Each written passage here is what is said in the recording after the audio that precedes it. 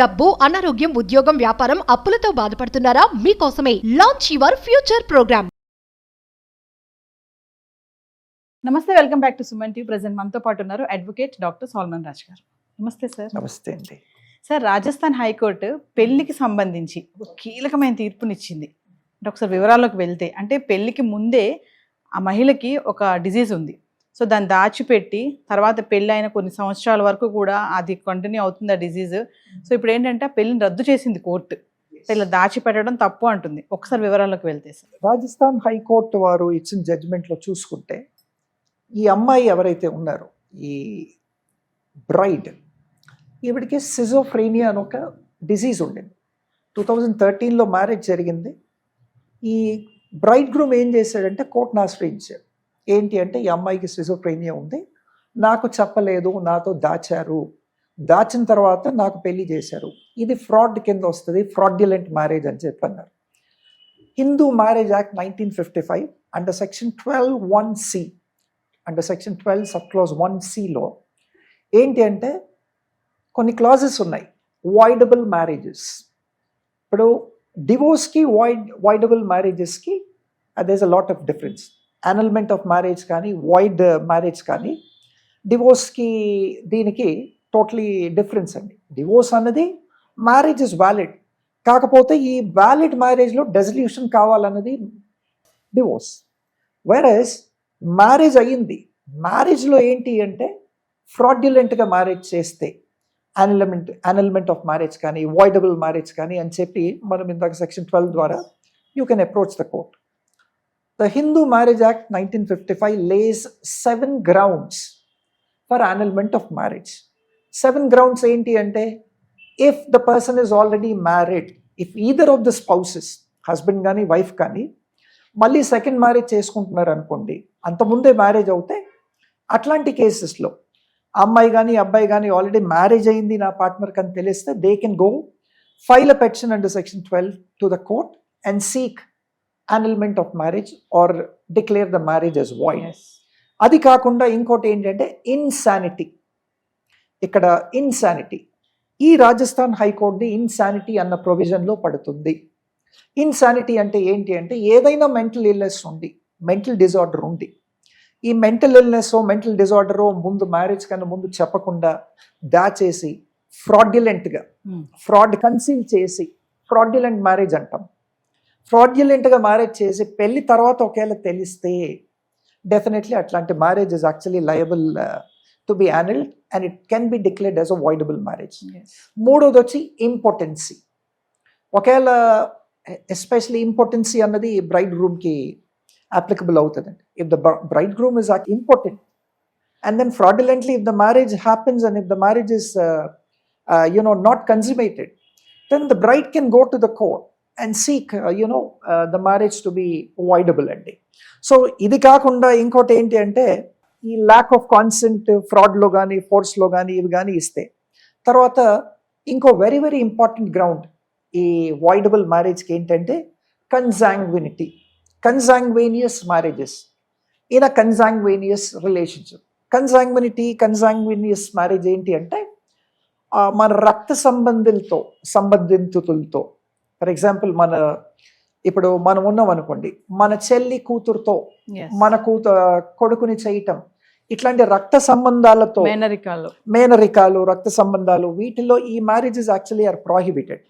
ఇట్లాంటివి ఏమన్నా చేస్తే గనక it comes under you can actually go. ఎందుకంటే కన్సాంగ్వేనియస్ మ్యారేజెస్లో ఇంపార్షియల్ బర్త్స్ అవ్వటము, లేదంటే బర్త్ డిఫెక్ట్స్ అవ్వటము, తర్వాత లాట్ ఆఫ్ ఇష్యూస్ ఉన్నాయి, డిసీజెస్తో పుట్టడము, ఇవన్నీ ఫుల్లీ ఫార్మ్డ్ బేబీ అవ్వకపోవటము, బ్రెయిన్ డిసీజెస్ రావటం, ఇవన్నీ ఉన్నాయి. కాబట్టి మెంటల్ డిజార్డర్స్, కన్సాంగ్వేనియస్ మ్యారేజెస్ అనేవి కూడా యాక్చువల్లీ వాయిడబుల్ మ్యారేజెస్ కిందే వస్తాయండి.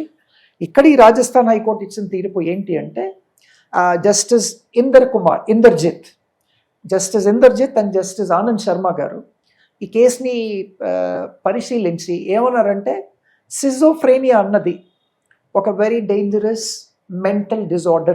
Yes. It is not a temporary disease, but it is a permanent disorder. In a permanent disorder, it will paralyze the life of both the husband and wife. Kabatti schizophrenia అన్నదాన్ని ఈ mental illness కేటగిరీలోకి తీసుకొని ఆ మ్యారేజ్ని void అని చెప్పి మ్యారేజ్ని యాన్యుల్ చేయడం జరిగింది, మ్యారేజ్ని voidable అని declare చేయడం జరిగింది.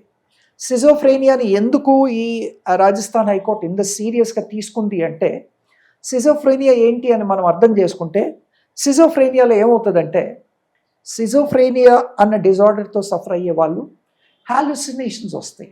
ఓకే, ఊహించుకుంటా ఉంటారు. Yes, they hallucinate. Hallucinations ఉండటం వల్ల when they go into hallucinations, their behavior is totally different. It's an abnormal behavior. అది కాకుండా మళ్ళీ వీళ్ళకి డెల్యూషన్స్ కూడా వస్తాయి. డెల్యూషన్స్లో కూడా మళ్ళీ బాడీలీ డిజార్డర్స్ ఇవన్నీ they cannot actually act normal. తర్వాత మూడోది వచ్చి వాళ్ళది డిస్ఆర్గనైజ్ థింకింగ్ ఉంటుంది. దేన్ని కూడా అర్థం చేసుకునే కెపాసిటీ ఉంటుంది. ఒకటి చెప్తే దానికి ఎన్నో 10 అర్థాలు తీస్తారు. ఆ అర్థం లేకుండా, లాజిక్ లేకుండా డిస్ఆర్గనైజ్లీ థింకింగ్ ఉంటుంది. ఎవర్మెంట్స్ వేయటము, లేదంటే ఎక్యూజేషన్స్ చేయటం, ఇవన్నీ కూడా ఉంటాయి. కాబట్టి ఆ thinking capacity, mental thinking capacity ఉండదు. కాబట్టి it is absolutely a disorganize thinking. ఇది మనం సిజోఫ్రేనియాలో చూసే ఇంకొక సిమ్టమ్ అండి.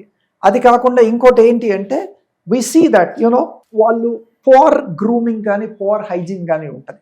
అంటే వాళ్ళు డ్రెస్ చేసే విధానంలో కానీ, లేదంటే వాళ్ళు హైజీన్ అన్నది ఉండదు ఇంట్లో వంట చేయటంలో కానీ, ఇల్లు నీట్గా పెట్టకపోవటం కానీ, లేదంటే ఇంట్లో లాట్ ఆఫ్ కాక్రోచెస్ అవి ఇవి గ్రో అవుతుంటాయి, వాటిని పట్టించుకోకుండా హండ్రెడ్స్ ఆఫ్ కాక్రోచెస్ ఇంట్లో మల్టిప్లై అయ్యి తర్వాత వంట సామాగ్రి అవి సరిగ్గా చూసుకోకుండా, అంటే very very poor hygiene, washroom సరిగ్గా వాష్ చేయకపోవటం, ఓన్ క్లోత్స్ సరిగ్గా వాష్ చేసుకోకపోవటం, ఇవన్నీ కూడా these are all actually pointing out to schizophrenic disorders అనమాట.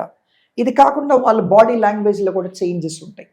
The way they behave so arrogantly, they behave so erratically, they behave so rudely, they behave so ill-manneredly, the way they address, the way they talk కూడా ఇవన్నీ చాలా ఉంటాయి.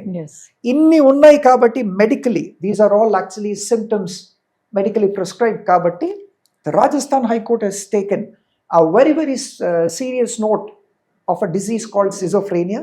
ఈ అమ్మాయికి schizophrenia ఉన్నా కానీ చెప్పలేదు, చెప్పి టైమ్లీ ఒకవేళ ట్రీట్మెంట్ అది ముందే ఇప్పించుంటే parents, the matter would have been different. Yes. So it was considered to be a fraudulent marriage. కాబట్టి వాళ్ళు ఏం చేశారంటే, this marriage is voidable అని చెప్పి that marriage was made void.